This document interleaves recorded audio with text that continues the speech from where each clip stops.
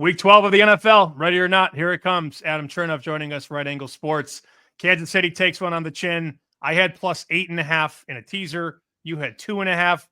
We both kind of take it and move on. Kansas City has to move on here, Adam, and they are a 10-point favorite on the open, out to 11 at Carolina. I imagine there's a big appetite to bet the Chiefs and a bounce back. What's your true number on the game? Right on the market. I think 11's a good number. I have a hard time justifying higher or lower. I think it's a good matchup for KC on offense. Obviously, it's a good matchup for anybody against the Panthers. But what's intriguing here is the Chiefs likely get Pacheco back, so he's going to split time with Hunt in the backfield. Everybody can run on Carolina, and so the Chiefs should have a lot of comfort doing that. And their tackle problems that they're dealing with on both sides of the line, probably not tested, especially at left tackle against this Panthers pass rush. Carolina does get guys back on offense. Thielen will be back. Brooks will finally make his debut. That's a tough task for them to do a whole lot against this Chiefs defense. And it's a number here on the road at 11 I just think is right. And so I wouldn't be jumping to too many conclusions. And also remember KC and in that weird scheduling spot with the Friday game on deck as well. Let's go to a pair of primetime games that are really, really strong. Sunday and Monday night as we scroll down the screen on Odds Logic. Philadelphia at Los Angeles. Rams catching anywhere from 2.5 to 3 at home. And then Monday night, you got the Harbaugh Bowl. Ravens at the Chargers. So Los Angeles getting a double dip on Sunday and Monday night. Anything that you are attracted to? I don't need picks, but is there a side of the ball you're curious to see how that faces up against another side, or anything you're looking forward to Sunday or Monday night? I was attracted to the over on Sunday Night Football, but it has been bet up and there's a bit of a battle. And so I'm not doing anything at the current number. What I will say is I'm curious to see if the Eagles defense is a tick overrated. They've been talked about in glowing regard by everybody in the media since the Thursday night game against Washington.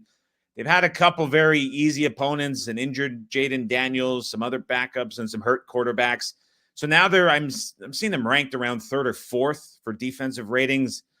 That could be a touch high. And so will we see the Chargers or will we see the Rams, pardon me, I'm mixing up the LA teams, but will we see the Rams with a season on the line with how competitive the West is, be able to test some of these young guys in the secondary a little bit more than we've seen past offenses. So I think that's going to be the big storyline on Sunday night. I'm curious to see. And then Monday night, I mean, Baltimore's getting everybody over the total the way that they're playing. And the Chargers, we saw what happened on Sunday night against the Bengals. When their offense is pushed, all of a sudden they look like one of the better units in the entire league. And the way Justin Herbert's playing is absolutely incredible right now with really lack of wide receiver talent. But what's curious to me, Sam, let's see what happens with his rushing yards number. Was 13.5 last week. He is nearing career high in terms of scramble percentage. They're starting to design runs for him. It's Greg Roman against his old team. Let's see how involved Herbert is on the ground and what kind of prop number we get for that. But that could be interesting. I imagine it's going to be close to the 20 range. But let's see what we get for an opener in that one. Two very, very good Sunday, Monday night football games. And the game you want to talk about, only one on the docket for you this week on Chicken Dinner. 261 New England, 262 Miami. Do we want to get into the game where you're skirting around what people are clicking for here with the tease yesterday and the Subway announcement? Are we? I got that for the end. Before we get to the game, or you're trying? I got that for the end. Best for last. All right. Pick for the week. We can't go 1-1, Sam, when we're only picking one game. So let's go with New England, Miami over 46. There are 45.5s available for those who want to jump around and get it, but we'll go over 46 in this one. The Pats with May looking a lot like an over. They're letting him throw it a lot more. He had 40 attempts last week. Is pushing the ball downfield. Needs a little bit of receiver help, but I think he's going to get it here against this Dolphins defense. On the other side, it's Miami with Tua. We've seen them the last couple weeks look very much like an over team as well. So I just see two over teams in this spot playing in Miami with the mid-range total here. I like the over. Pretty simple, pretty straightforward. Not a lot more to it than that. Let's call it over 46. That seems fair. And without further ado, the people want to know, did you order this? What are you doing with this? Why are you retweeting this? Excited Subway is coming out with the Oreo Footlong cookie, and I thought you were going to faint when I said no. I'm not trying the Footlong cookie. It is a footlong chocolate cookie topped with cream filling and Oreo cookies on top.